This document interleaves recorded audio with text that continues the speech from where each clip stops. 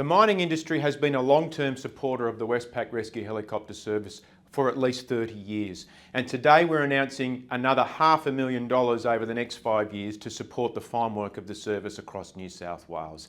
It's an important part of the contribution that is made by our industry on top of the generous contribution that are made by mining companies across the state and by the mining workforce through voluntary contributions out of their pay packets each week. The Westpac Rescue Helicopter Service is a very important service for regional New South Wales. And with so many people working in mining, living in regional communities across the state, it's good to know that while you don't ever want to have to use the service, it's there if you need it.